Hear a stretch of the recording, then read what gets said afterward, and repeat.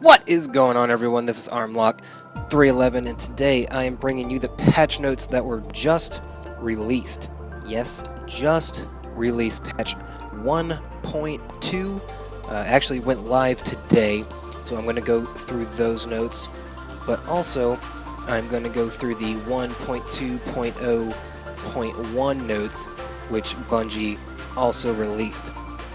I'm going to go through these as best I can, give you as much detail as I can. In the background, I have some Crucible gameplay, just some streaks I went on, so I will let you watch that as I go through these.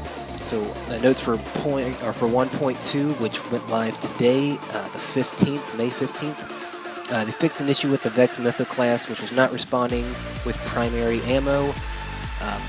They also fixed some other weapon glitches. The Hive Disruptor perk on the Black Hammer now works. Same thing with the White Nail perk.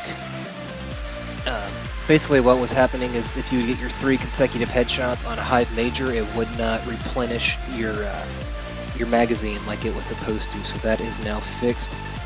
I believe they also fixed some other weapon perks that really aren't too important, kind of along the same lines. PvP, Salvage, they moved the first relic to more consistently appear in a centralized position on the map. Basically in Salvage, when you have to capture the relics, they spawn randomly. And so if you would go into a Salvage game, the first relic could spawn near you, it could spawn near the other enemy, giving them an advantage. Now it's going to spawn in the middle. Also, the glitch where it would take an extremely long time to spawn in, basically, like your whole team could be dead and not spawn in, and your other team could capture objectives. That has been fixed and should no longer be happening. Some changes in the tower. Faction reward packages will no longer produce shards. Thank the Lord. Thank you so much. The speaker will now exchange Ascendant and Radiant materials for Glimmer and Motes of Light. Zer will now exchange Strange coins for Motes of Light. Accommodations are no longer required to purchase gear. That is amazing. Accommodations can now be converted to receive 250 gains in Vanguard, Crucible, or Faction Reputation. I would not use those yet. Wait till House of Wolves actually drops on May 19th, and then use those to level up those factions so that the gear you get from those packages will contain House of Wolves gear and not Dark Below gear. Also, Etheric Light will not be made available for Ascending gear until the release of House of Wolves. A vendor interaction panel has been updated to support Queen's Change. Basically, if you go into the tower right now, the Queen's Emissary's there in the back, in the same place where Lord Saladin is for the Iron Banner. Go back there, you can do those bounties and gain reputation with the Queen's Emissary. Very, very nice. What are some other ones? They fixed an issue in which the Mercury Grimoire card was not being awarded. Retroactively awarded that card to all those players that have actually found the Mercury Memory Fragment Dead Ghost. That is very, very good for all those who, like myself, enjoy their Grimoire Scar. At the very end, an addendum that said, we have discovered that legendary Ingrams will drop in 1.2 that the Cryptarch will not recognize. I guess that means that if you get a legendary Ingram today and you take it to the Cryptarch, he won't be able to decrypt it quite yet. But if you hold on to it, he'll be able to decrypt it come May 19th when the House of Wolves actually drops. Which is a good thing, because then you'll get House of Wolves gear and not Dark Below gear. So that is the 1.2 patch. Destiny, or I should say Bungie, did release the 1.2.0.1 patch, which will be released here in a few days on the 19th. So I'm going to go ahead and go through those notes as well. It starts off in PvP.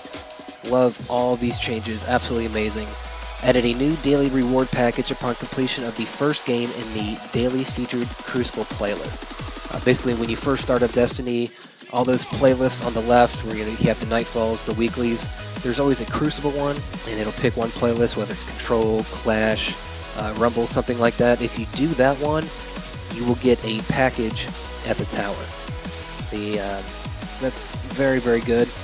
They increased Crucible mark drop rates in all playlists by 100%. Means, I know you were getting 2 marks for a loss and 3 marks for a win, so that's now doubled. So when you lose, you'll get 4 marks, and when you win, you'll get 6 marks.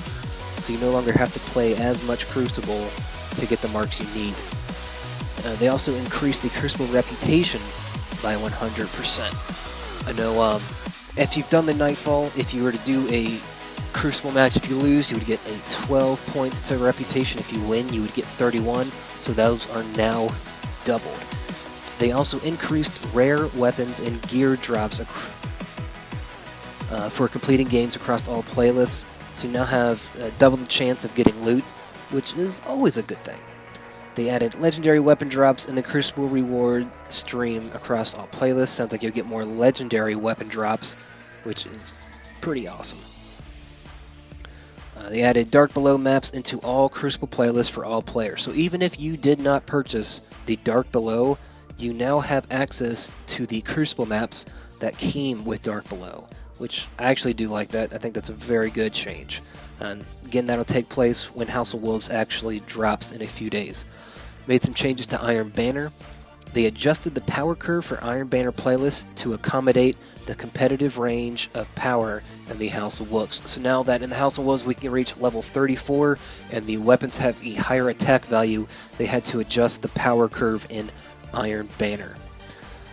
Across one Iron Banner event, players competing in Iron Banner with more than one character on the same account will receive a reputation boost for the lower ranked characters to reach parity with the higher ranked character more quickly.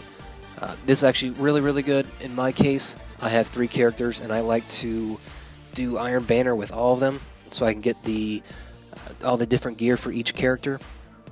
So basically, if you reach level 5 on one character in the Iron Banner and you go to do it with the other 2 characters, those will rank up much more quickly. So basically you don't have to play as much Iron Banner in order to get all 3 of your characters to rank 5. They also added 6 Iron Banner bounties to the bounty rotation. Thank you so much. Oh, it's getting really, really boring using the 6 same bounties every day in the Iron Banner. So a little bit more variety in the Iron Banner. Very good changes. And Etheric Light will now be available at ranks 3 and 5 in the Iron Banner. In the Tower, the Cryptarch will no longer convert newly acquired legendary engrams into shards. Awesome. Daily Heroics will produce Motes of Light in lieu of shards. Very good. Ascending 1-year legendary and exotic, or ascending year 1 legendary and exotic gear can be upgraded to the highest power levels available in year 1. Basically what that's going to allow you to do is, like your Fatebringer, you can use a, I forget the term. Anyway, you can use a, Etheric Light. So if you get an Etheric Light, you can ascend your Fatebringer, so it will now have a 365 attack, I believe, instead of the 300 attack. So you can make all those legendary and exotic weapons that you've had much stronger, and they are no longer frozen in time. Alrighty guys, I've been Armlock311. Those are the patch notes for 1.2 and also the 1.2.0.1 coming out in a few days when House of Wolves drops. Please consider giving this video a like, favorite, comment, and subscribe. I've been Armlock311. Peace.